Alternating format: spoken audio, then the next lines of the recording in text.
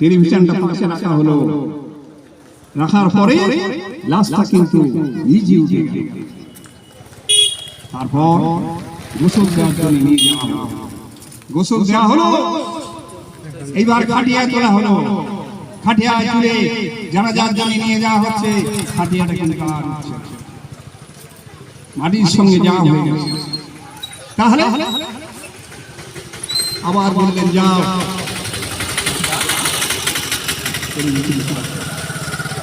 অনেক বলছে জানাজার নামাজ পড়া হবে, টেলিভিশনে জানাজা হবে।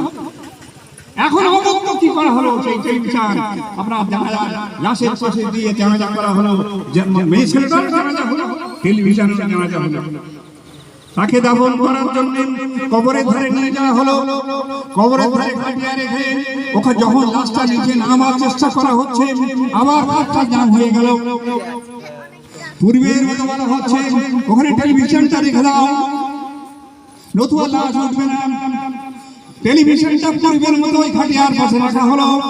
লাশটা কিন্তু ইজি উঠে গেল।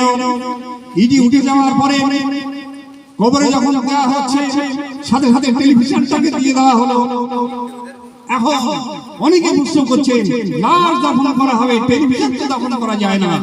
কিন্তু খাটিয়ায় যখন ধারে রেখে রাখা হয়েছিল, ওই সময় লাশটা তোলা যাচ্ছিল না।